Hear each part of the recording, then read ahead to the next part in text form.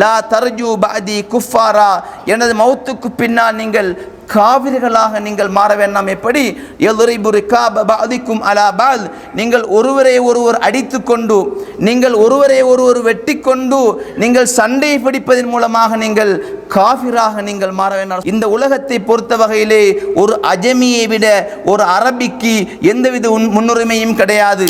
அதே போன்று ஒரு அஜமியை விட ஒரு அரபிக்கு எந்த ஒரு முன்னுரிமையோ, ஒரு அஜமியை விட அரபிக்கோ, அரபியை விட அஜமிக்கோ எந்த ஒரு முன்னுரிமையும் கிடையாது. அதே போன்று வலா அஸ்வத அலா அஹ்மர, ஒரு கருப்பனை விட ஒரு வெள்ளையனுக்கோ, ஒரு வெள்ளையனை விட ஒரு கருப்பனுக்கோ இந்த இஸ்லாத்தை பொறுத்த வகையிலே எந்த விதமான ஏற்றத்தால் அப்படின்னு சொன்னால் இந்த இஸ்லாமிய மார்க்கம் சமத்துவத்தை விரும்புகின்றமாக ரசூலுல்லாஹ் செய்த அந்த இடத்தில் ரசூலுல்லாஹ் செய்த இரண்டாவது உபதேசம், பெண்கள் காரியத்திலே நீங்கள் அல்லாஹ்வை நீங்கள் பயந்து கொள்ளுங்கள். ஃபஇன்னகும் அஹதுதுமூஹுன்ன பிஅமானில்லா, நீங்கள் பெண்களை கரம் பிடிப்பது என்பது அல்லாஹ் தஆலா இடத்தில் செய்யக்கூடிய ஆகப்பெரிய ஒரு ஒப்பந்தமாகும். இந்த செய்தியை கேட்கின்ற மக்கள் எல்லாம் ஒரு அமானாத்தாக நீங்கள் மனசில் எடுத்துக்கொள்ளுங்கள், ஒரு பொறுப்பாக நீங்கள் எடுத்துக்கொள்ள சொன்னார் ரசூலுல்லாஹ். அது மாத்திரமல்ல, இந்த செய்தியை காதிலே கேட்கக்கூடிய நீங்கள் இங்கே வராத மக்களுக்கும் சென்று நீங்கள் சொல்லுங்கள். ரசூலுல்லாஹ், இந்த இடத்திலே கூடியிருக்கக்கூடிய மக்கள் நான் சொல்லுகின்ற செய்தியை நீங்கள் காதுகளிலே வாங்கிக் கொண்டு நீங்கள் மனனம் செய்து கொண்டு இங்கே வராத மக்களுக்கும் நீங்கள் எற்றி வைக்க வேண்டும். ரசூலுல்லாஹ் சொல்லுகின்ற உபதேசம் அந்த மக்கள் கண்புக்குரியவர்களை சொல்ல பாருங்கள். அப்படின்னா ரசூலுல்லாஹ் தனது வாழ்க்கையிலே கடைசியாக சொல்கின்ற உரை, அதுவும் உலகத்தில் உள்ள எல்லா மக்களையும் கூட்டி மிக முக்கியமான அரஃபாவுடைய நாளிலே சொல்லுகின்ற உரை என்பது எவ்வளவு முக்கியமான உரையாக இருக்க வேண்டும். ரசூலுல்லாஹ் தனது வாழ்க்கையிலே அந்த குர்ஆனிலும் சுன்னாவிலும் வடித்தெடுக்கப்பட்ட சில செய்தி ரசூலுல்லாஹ் முக்கியமாக கருதி அந்த செய்தி ரசூலுல்லாஹ் அந்த சமுதாயத்துக்கு மத்தியிலே உரையாற்ற ஆரம்பிக்கிறார். ரசூலுல்லாஹ் முதலாவது சூரா கேட்டாங்க. சஹாபாக்கள் நோக்கி, அன்பு தோழர்களே, இது என்ன நாள் என்று உங்களுக்கு தெரியுமா கேட்டார்கள். இது என்ன மாதம் என்று உங்களுக்கு தெரியுமா? இது என்ன இடம் என்று உங்களுக்கு தெரியுமா? ரசூலுல்லாஹ் சொன்னாங்க. சொல்லிவிட்டு, இது துல்ஹஜ்ஜுடைய மாதம், இது அரஃபாவுடைய நாள், இது இந்த அரஃபாவுடைய பெருவெளி. ரசூலுல்லாஹ் அந்த இடங்களை ரசூலுல்லாஹ் அடையாளப்படுத்தி சொன்னாங்க. சஹாபாக்களுக்கு சொன்னார்கள், இந்த இடம் எவ்வளவு முக்கியமானதோ, இந்த அரஃபாவுடைய இடம் எவ்வளவு முக்கியமானதோ, இந்த மைதானம் எவ்வளோ கண்ணியம் பொருந்தியதோ, அதே போன்று இந்த மாதம் எவ்வளோ கண்ணியமான ஒரு மாதமோ, அதே போன்றுதான் உங்களிலே ஒரு மனிதர் இன்னொரு மனிதருக்கு கண்ணியமாக சொன்னார்கள். ஃபஇன்ன திமாஅக்கும் வ அம்வாலுக்கும் வ அராதுக்கும், உங்கள் ஒவ்வொருடைய உயிர்களும், உங்கள் ஒவ்வொருடைய மானம் மரியாதையும், உங்கள் ஒவ்வொருடைய கௌரவமும், எப்படி உங்களுடைய ஒருவருடைய பொருளாதாரமும் இன்னொருவர் மீது ஹராமுன் அலைக்கும், மற்றவருக்கு ஹராமாக்கப்படுகிறது அப்படின்னு சொன்னால், யாரும் யாரை உயிரை பழிவாங்குவதோ, இல்லை யாரும் யாருடைய மானத்தை போக்குவதோ, யாரும் யாருடைய பொருளாதாரத்தை சூறையாடுவதோ ரசூலுல்லாஹ் பச்சை ஹராம் என்று சொன்னார்கள். பண்புக்குரிய ஒரு ரசூலுல்லாஹ் அந்த முக்கியமான நேரத்தில் ரசூலுல்லாஹ் தேர்ந்தெடுத்து சொன்ன விடயங்களிலே மிக ஆரம்பமான விடயம்தான் இந்த விடயம். ஒருவருடைய மானம், ஒருவருடைய பொருளாதாரம், ஒருவருடைய இரத்தம் இன்னொருவருக்கு ஹராமாக்கப்பட்டிருக்கின்றது. எந்த ஒரு மனிதனாக இருந்தாலும் மற்றவனுடைய உயிரை பறித்தாலோ, இல்லை மற்றவனுடைய பொருளாதாரத்தை சூறையாடினாலோ, இல்லை மற்றவருடைய கௌரவத்துக்கு பங்கம் விளைவிக்கின்ற அளவுக்கு நடந்து கொண்டாலோ, ரசூலுல்லாஹ் இந்த அரஃபா பெருவழியிலே செய்த எச்சரிக்கையிலே முதலாவது எச்சரிக்கை தான் இந்த எச்சரிக்கை. அன்புக்குரிய இஸ்லாமிய உறவுகளை அல்லாஹ்வின் ரசூலுல்லாஹ் பாருங்கள், இந்த இப்னு அப்பாஸ் சொல்ற செய்தியை பாருங்க. சொன்னார்கள், வல்லதி நஃப்சி பியதிஹி, இந்த செய்தியை கேட்ட மிக முக்கியமான ஒரு சஹாபி, அவர்தான் குர்ஆனுக்கு விளக்கம் சொல்வதிலே முதன்மையானவர்கள். இப்னு அப்பாஸ் சொன்னார்கள், ஃபல்லதி நஃப்சி பியதிஹி, எனது ஆன்மா யாருடைய கைவசம் இருக்கின்றதோ அவன் மீது ஆணையாக நான் சொல்கிறேன். ரசூலுல்லாஹ் சொன்ன இந்த உரை இருக்கின்றதா, இன்னஹா லவசியத்தஹு இலா உம்மத்திஹி, ரசூலுல்லாஹ் இந்த சமுதாயத்துக்கு சொன்ன, இந்த அரஃபாவிலே சொன்ன ஹஜ்ஜத்துல் விதாவுடைய உரை இருக்கின்றது அல்லவா, இந்த உரை ரசூலுல்லாஹ் தன் சமுதாயத்துக்கு செய்த கடைசி உரை. ரசூலுல்லாஹ் சொன்னார்கள், இந்த உரை அவ்வளவு முக்கியமான உரை, அவ்வளவு தாக்கத்தை சமுதாயத்தில் ஏற்படுத்தக்கூடிய உரை. இவைகளை நாங்கள் கேட்ட பின்னும் கூட எங்களை நாங்கள் மாற்றிக்கொள்ள நாங்கள் ஆரம்பிக்க வேண்டும். அன்புக்குரியவர்கள், நாங்கள் பார்க்கின்றோம், இந்த சமுதாயத்திலே ஒருவர் மற்றவனுடைய கௌரவத்துக்கு பங்கம் விளைவிப்பது என்பது, ஒருவர் இன்னுடைய கௌரவத்தை போக்குவது என்பது ஒருவனுடைய மானத்திலே விளையாடுவது என்பது எங்களுக்கு சமுதாயத்துக்கு மத்தியிலே நாங்கள் சர்வசாதாரண அம்சமாக நாங்கள் பார்க்கின்றோமா இல்லையா? ரசூலுல்லாஹ் எவ்வளோ முக்கியத்துவம் கொடுத்தார்கள். அந்த மக்கள் எல்லாம் ஒன்று கூடி இருக்கக்கூடிய இடத்திலே எத்தனையோ வணக்கங்கள் இருக்க, எத்தனையோ நற்காரியங்களுக்கு ரசூலுல்லாஹ் முக்கியத்துவம் கொடுத்த அம்சம்தான் மற்றவனுடைய கௌரவமும் மற்றவனுடைய பொருளாதாரமும் மற்றவனுடைய உயிரும் என்பது இன்னொரு மனிதன் மீது ஹராமாக்கப்பட்டிருக்கின்றது. அவைகளுக்கு அவன் பங்கம் விளைவித்தால், அவைகளை அவன் சேறு பூசினால் நிச்சயமாக அல்லாஹு தஆலாவிடத்தில் அந்த மனிதன் விசாரிப்பார். சொன்னாங்க, லா தர்ஜு பஅதி குஃபார். ரசூலுல்லாஹ், லா தர்ஜு பஅதி குஃபாரா, எனது மௌத்துக்கு பின்னால் நீங்கள் காவிர்களாக நீங்கள் மாற வேண்டாம். எப்படி? யதுரிபு ரிகாப பஅதிக்கும் அலா பஅத், நீங்கள் ஒருவரை ஒருவர் அடித்து கொண்டு, நீங்கள் ஒருவரை ஒருவர் வெட்டி கொண்டு, நீங்கள் சண்டை பிடிப்பதன் மூலமாக நீங்கள் காஃபிராக நீங்கள் மாற வேண்டாம் சொன்ன உபதேசம். அன்புக்குரிய உறவுகளை எந்த அளவுக்கு முக்கியமானது இன்னொரு மனிதனுடைய இரத்தம் என்பது, அதே அவனுடைய மரியாதையும் அவனுடைய பொருளாதாரமும் மிக கண்ணியமாக ரசூலுல்லாஹ் சொன்னாங்க. பாருங்கள், ரசூலுல்லாஹ் அந்த உரையை சொல்லி ரசூலுல்லாஹ், நான் உங்களுக்கு எத்தி வைத்து விட்டேனா? ரசூலுல்லாஹ் சஹாபாக்களை பற்றி, தோழர்களே, நான் எனது செய்தியை உங்களுக்கு எத்தி வைத்து விட்டேனா? ஹல் பல்லக்துக்கும் ரிசாலாத்தி, எனது தூதுவத்தை உங்களுக்கு முன்மையாக எத்தி வைத்து ரசூலுல்லாஹ் கேட்டார்கள் சஹாபாக்கள் எல்லாம். ஆம் யா ரசூலல்லாஹ், பல்லக்த ரிசாலா வ அத்தைத்தல் அமானா வ நஸஹ்தல் உம்மா, அல்லாஹ்வுடைய தூதரே, உங்களுடைய தூதுவத்துவத்தை நீங்கள் சம்பூர்ணமாக என் சமுதாயத்துக்கு எத்தி வைத்தீர்கள் வாழ்க்கையிலே. அதே போன்று உங்கள் மீது அல்லாஹு தஆலா கொடுத்த அமானத்தை நீங்கள் சரியாக நீங்கள் நிறைவேற்றுகின்ற சஹாபாக்கள் எல்லாம் அந்த இடத்திலே ஒத்துக்கொண்டாக ரசூலுல்லாஹ் தனது கமக்காடு விளங்குகின்ற அளவுக்கு தனது ஆள்காட்டி விரலை வானத்தை நோக்கி ரசூலுல்லாஹ் சொன்னார்கள், அல்லாஹும் அஷ்ஹித், யா அல்லாஹ் நீ சாட்சியாக இருந்து கொள் என்று சொல்லி ரசூலுல்லாஹ் தான் எத்தி வைத்த தூதுத்துவத்தை பூர்ணப்படுத்திய செய்தியை அந்த அரபா பெருவெளியிலே சஹாபாக்களுக்கு முன்னால் ரசூலுல்லாஹ் தனது சுட்டி விரலை, தனது ஆட்காட்டி விரலை கக்கம் தெரிகின்ற அளவுக்கு கையை உயர்த்தி அல்லாஹ் ரசூலுல்லாஹ் அல்லாஹ்விடத்திலே சாட்சியமாக வைத்த செய்தியை நாங்கள் பார்க்கிறோம். அன்புக்குரிய இஸ்லாமிய உறவுகளே, அல்லாஹுடைய தூதர் அரபா பெருவெளியிலே செய்த உபதேசத்திலே மிக முக்கியமான உபதேசம் தான், முதலாவது உபதேசம் தான் மற்றவனுடைய உயிரும் மற்றவனுடைய கௌரவமும் மற்றவனுடைய பொருளாதாரமும் இன்னொரு முஸ்லிம் மீது மிக முக்கியமாக பாதுகாக்கப்படக்கூடிய ஒரு அம்சம். ரசூலுல்லாஹ் இரண்டாவது சொன்ன செய்தியை பாருங்கள், யா அய்யுஹன் நாஸ், இங்கே கூடியிருக்கக்கூடிய மனிதர்களை அல்லாஹ் அறிந்து கொள்ளுங்கள், இன்ன ரப்புக்கும் வாஹித், நிச்சயமாக உங்கள் எல்லோருடைய ரப்பும் ஒரே ஒரு இறைவன் தான். வ இன்ன அபாக்கும் வாஹித், உங்கள் எல்லோருடைய தந்தையும் ஆதம் நபி ஒரே ஒரு தந்தை தான். இந்த ஒற்றுமை பேசுகிற பாருங்கள், நாங்கள் எல்லோரும் ஒரே ரப்பை வணங்கக்கூடிய சமுதாயம், நாங்கள் எல்லோருமே ஒரே தந்தையுடைய பரம்பரையிலே வந்து சமுதாயம் சொன்னாங்க. பாருங்கள், நீங்கள் விளங்கிக் கொள்ளுங்கள், அலா விளங்கிக் கொள்ளுங்கள், லா ஃபதுல் அலி அரபியின் அலா அஜமியின், இந்த உலகத்தை பொறுத்த வகையிலே ஒரு அஜமியை விட ஒரு அரபிக்கு எந்தவித முன்னுரிமையும் கிடையாது. அதே போன்று ஒரு அஜமியை விட ஒரு அரபிக்கு எந்த ஒரு முன்னுரிமையோ, ஒரு அஜமியை விட அரபிக்கோ அரபியை விட அஜமிக்கோ எந்த ஒரு முன்னுரிமையும் கிடையாது. அதே போன்று வலா அஸ்வத அலா அஹ்மர, ஒரு கருப்பனை விட ஒரு வெள்ளையனுக்கோ ஒரு வெள்ளையனை விட ஒரு கருப்பனுக்கோ இந்த இஸ்லாத்தை பொறுத்த வகையிலே எந்த விதமான ஏற்றத்தால் அப்படின்னு சொன்னால் இந்த இஸ்லாமிய மார்க்கம் சமத்துவத்தை விரும்புகின்றமாக ரசூலுல்லாஹ் செய்த அந்த இடத்தில் ரசூலுல்லாஹ் செய்த இரண்டாவது உபதேசம், இந்த உலகத்தில் வாழக்கூடிய முஸ்லிம்கள் எல்லாம் பொதுவாக மனிதர்கள் ஒரே ரப்பை வணங்குவதற்கு தகுதியான மக்கள், ஒரே ஆதமுடைய பரம்பரையிலே வந்தவர்கள், அரபி அஜமி வெள்ளையன் கருப்பன் என்று சொல்லி எந்த விதமான வித்தியாசமும் நாங்கள் பார்க்க முடியாது. அலா அறிந்து கொள்ளுங்கள், நிச்சயமாக நீங்கள் வித்தியாசப்படுவது என்று சொன்னால் இல்லா பித்தக்குவா, இறையச்சத்தை வைத்துத்தான். யார் உயர்ந்தவர் யார் தாழ்ந்தவர் அல்லாஹு தஆலா மாத்திரம் எங்களுக்கு எடை போட்டு தருவானே தவிர நாங்கள் உலகத்தில் யாரையும் வெள்ளையன் கருப்பன் சிகப்பன் வெள்ளையன் அரபி அஜமி என்று நாங்கள் யாரையுமே தரம் பிரித்து நாங்கள் பாகுபாடு காட்ட முடியாது. அன்புக்குரிய இஸ்லாமிய உறவுகளை, இதில் ரசூலுல்லாஹ் சொன்ன செய்தியிலே இரண்டாவது செய்தியிலே மிக முக்கியமான அம்சம் நாங்கள் புரிந்து கொள்ள வேண்டும். இந்த உலகத்திலே வாழக்கூடிய நாங்கள் எங்களுக்கு மத்தியிலே நாங்களாக ஏற்றத்தாழ்வை ஏற்படுத்திக் கொள்கிறோம்.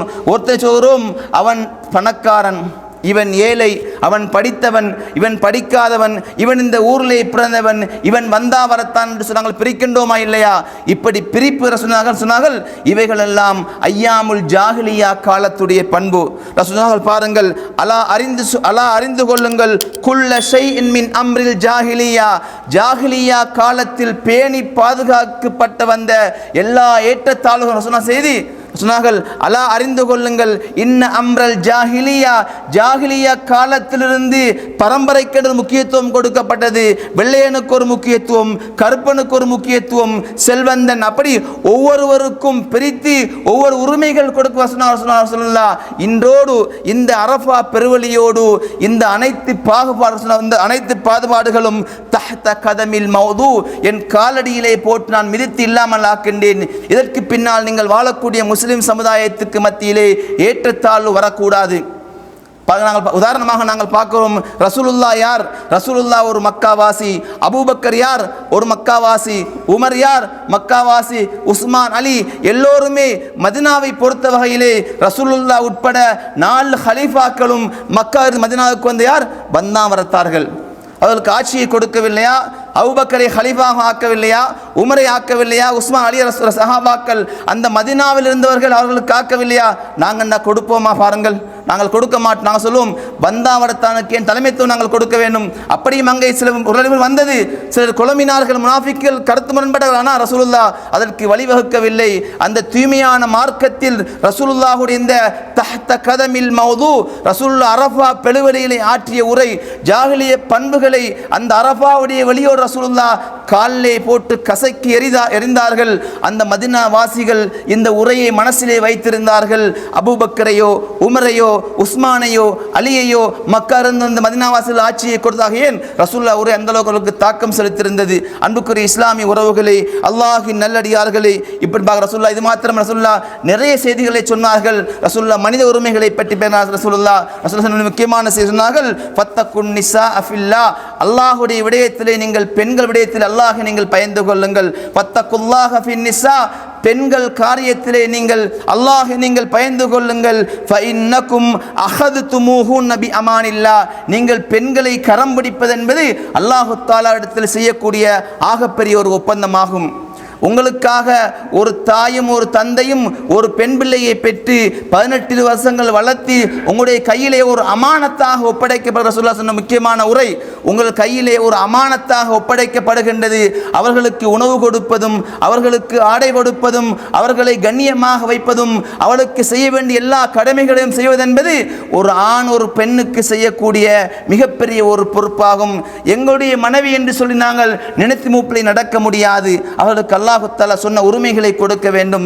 ரசூலுல்லாஹ் சொல்லிக் கொடுத்த உரிமைகளை கொடுக்க வேண்டும். அவைகளை நாங்கள் சரியாக நிறைவேற்றவில்லை என்று சொன்னாங்க.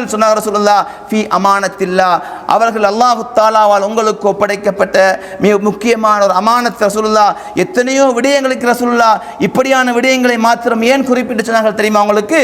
ரசூலுல்லாஹ் சொன்னதற்கான இவைகள் எல்லாம் இச்சமுதாயத்திலே எதிர்காலத்திலே பிழையாக வழிநடத்தப்படுவதற்காக அவர் சொன்னார்கள். ரசூலுல்லாஹ் வட்டியை பற்றி பேசினார்கள், ரசூலுல்லாஹ் ஜினாவை பற்றி பேசினார்கள், ரசூலுல்லாஹ் பெற்றோரை பற்றி ரசூலுல்லாஹ் குறிப்பிட்ட சில விடயங்களை மாத்திரம் அந்த அரஃபா பெருவெளியிலே ரசூலுல்லாஹ் சஹாபாக்களுக்கு மத்தியிலே மிக முக்கியத்துவம் கொடுத்ததாக ரசூலுல்லாஹ் சொன்னார்கள்.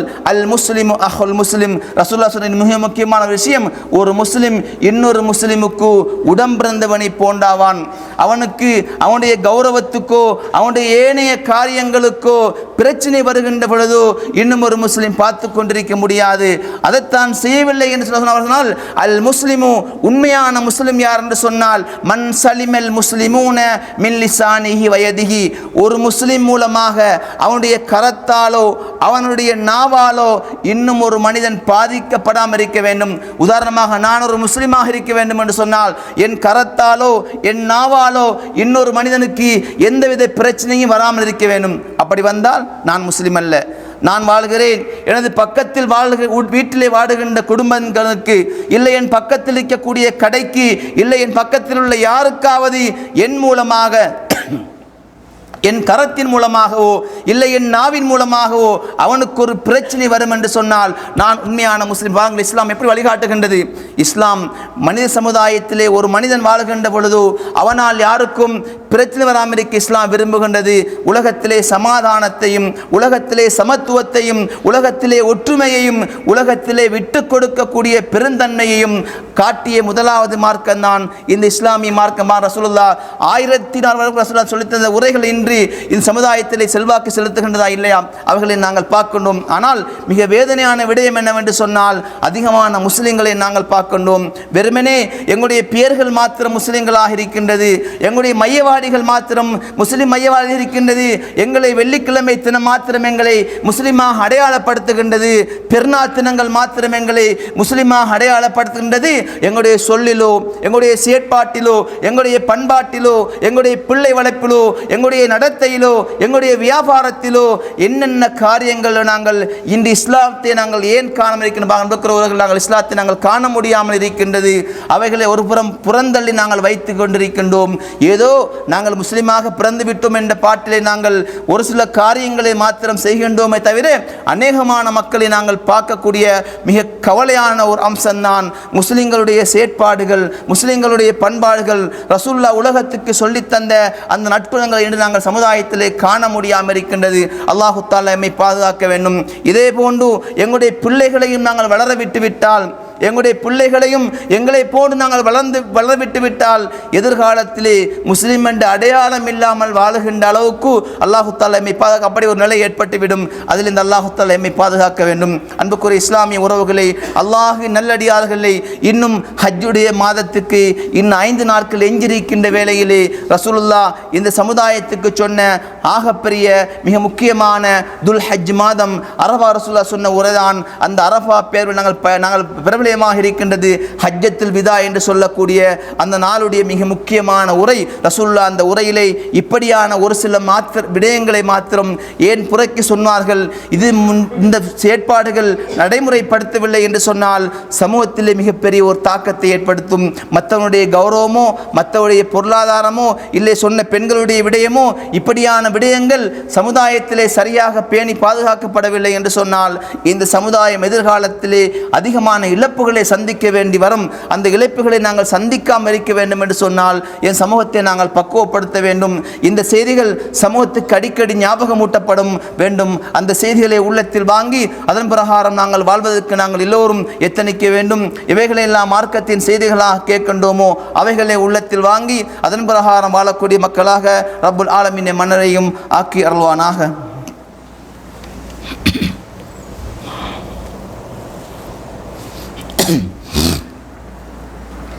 இன்னல் ஹம்தலில்லாஹ் வஸ்ஸலாத்து வஸ்ஸலாம் அலா ரசூலில்லாஹ் அம்மா பாத். அன்புக்குரிய இஸ்லாமிய உறவுகளே, அல்லாஹ்வின் நல்லடியார்களே, எங்களுக்கு தெரியும் ஹஜ்ஜுடைய கடமையை நிறைவேற்றுவதற்காக வேண்டி உலகத்தின் எல்லா பகுதிகளிலிருந்தும் மில்லியன் கணக்கான மக்கள் மக்கமா நகரை நோக்கி சாறை சாறையாக சென்று கொண்டிருக்கக்கூடிய இந்த நேரம் முஸ்லிம்களாகிய நாங்களும் இந்த அல்லாஹு தஆலா எங்களுக்கு கடமையாக்கிய இஸ்லாத்தின் கடமைகளிலே ஹஜ்ஜுடைய கடமை அதை நிறைவேற்றுவதற்கு நாங்கள் எல்லோரும் நியத்து வைத்து கொள்வது மாத்திரமல்லாமல் எங்களால் முழுமையான முயற்சிகளை நாங்கள் எல்லோரும் நாங்கள் செய்ய வேண்டும். நாங்கள் நினைத்து கொண்டிருக்கின்றோம் ஹஜ்ஜுடைய கடமை என்பது அது பிறகு பார்த்து கொள்வோம், கொஞ்ச காலம் வயசு செல்லட்டும் நாங்கள் யோசித்து கொண்டிருக்கின்றோம்.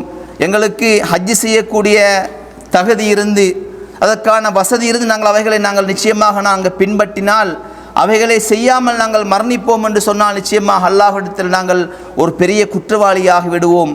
எங்களுக்கு தெரியும் கலிமா, தொழுகை, நோன்பு, ஜக்காத் இந்த 4 கடமையை போன்று எப்படி ஒருத்தன் தொழ வேண்டுமோ, எப்படி வசதி உள்ள மனிதன் ஜக்காத்து கொடுக்க வேண்டுமோ, எப்படி சக்தி உள்ள மனிதன் நோம்பு நோக்கும் அதே போன்று வசதி உள்ளவன் செய்வது ஹஜ் என்பது அவன் மீது வாஜிபாக்கப்பட்ட மிக முக்கியமான ஒரு கடமையாகும். நாங்கள் சமகாலத்தில் நாங்கள் மீடியாக்களில் நாங்கள் பார்த்திருப்போம், ஏதோ ஒரு நாட்டை சேர்ந்த ஒருவர் அவர் பலதியா வேலை செய்து 45 வருடம் சல்லி சேர்த்து ஹஜ்ஜுக்கு போயிருப்பாங்க. சுபஹானல்லாஹ், அந்த அளவுக்கு ஆர்வம். ஒரு நாட்டை சேர்ந்த ஒரு ஹஸ்பண்ட் ஒய்ஃப் 2 பேரும் 45 வருட காலங்கள் பலதியா வேலை செஞ்சு அதில் சல்லி சேர்த்து ஹஜ்ஜுக்கு வந்தளவுக்கு ஹஜ்ஜு கண்ணியப்படுத்துவாங்க வந்துட்டு. சுபஹானல்லாஹ். ஆனால் நாங்கள் காசு வச்சு கொண்டு நாங்கள் நிறைய பேர் கண்ணியம் செலுத்தாமல் இருக்கிறோம். ஏன்னு சொன்னால் அந்தளவுக்கு எங்களுக்கு அந்த ஹஜ்ஜுடைய பெருமை இன்னும் விளங்கவில்லை. நாங்கள் அந்த பூமியை நேரடியாக பார்க்க வேண்டும் என்ற ஆசை எங்களுக்கு வர வேண்டும். அல்லாஹுடைய ஆலயத்தை நேரடியாக பார்க்கக்கூடிய பாக்கியத்தை நாங்கள் நிச்சயமாக எல்லோரும் பெற வேண்டும். அதனுடைய சந்தோஷம் சுபஹானல்லாஹ் அது யாராலும் ஒப்பிட்டு சொல்ல முடியாத அளவுக்கு சந்தோஷத்தை நாங்கள் காண முடியும். உதாரணமாக அந்த ஹஜ் ஹஜ்ஜுடைய மாதத்தை நாங்கள் பார்க்கிறோம். எத்தனையோ மக்கள், லட்சக்கணக்கான மக்கள், மில்லியன் கணக்கான மக்கள் அதிகமாக செல்வதற்கான காரணம் என்னவென்று சொன்னால் அந்த ரசூலுல்லாஹ் வாழ்ந்த இடத்தை பார்க்க வேண்டும் என்ற ஆசை, நபிமார்கள் வாழ்ந்த இடத்தை பார்க்கவே வேண்டும் என்ற ஆசை, அந்த இப்ராஹிம் நபியுடைய ஆலயத்தை பார்க்க வேண்டும் என்ற ஆசையில் தான் அங்கே மக்கள் சாரையாக பொருளாதார செல்வத்திருக்கின்ற காலத்தில் நாங்கள் பார்க்கின்றோம். அன்புக்குரிய இஸ்லாமியர்கள், நாங்களுக்கு வசியத்தாக சொல்கிறேன், நாங்களும் அதற்காக நாங்கள் எத்தனிக்க வேண்டும். நாங்கள் எப்படி ஏனைய காரியங்களுக்கு நாங்கள் பொருளாதாரத்தை சேமிக்கின்றோமோ அதே போன்று இந்த கடமைக்காக நாங்கள் பொருளாதாரத்தை சேமிக்கக்கூடிய ஒரு சமுதாயமாக நாங்கள் மாற வேண்டும். ஏதோ வந்தால் பார்த்து கொள்வோமே என்று சொல்லக்கூடிய சமுதாயமாக நாங்கள் இருக்கக்கூடாது.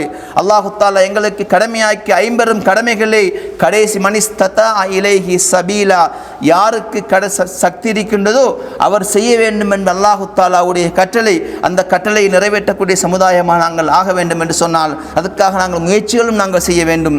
வெறுமனே நாங்கள் எந்த விதமான முயற்சியும் நாங்கள் இல்லாமல் நாங்கள் இருப்போம் என்று சொன்னால் நிச்சயமாக நானும் நீங்கள் அல்லாஹ்விடத்தில் நாங்கள் பொறுப்பு செல்ல வேண்டும். அன்புக்குரிய இஸ்லாமிய உறவுகளை, அல்லாஹின் நல்லடியார்களே, மார்க்கத்தின் செய்திகளாக கேட்கின்ற செய்திகளை உள்ளத்தில் வாங்கி அதன் பிரகாரம் வாழ்ந்து மரணிக்கக்கூடிய சமுதாயமாக அல்லாஹு தஆலா அனைவரையும் ஆக்குவானாக. வ அகூலு கௌலி ஹாதா வஸ்தக்ஃபிருல்லாஹ லி வலக்கும் வஸ்தக்ஃபிருஹு இன்னஹு லகஃபூருர் ரஹீம்.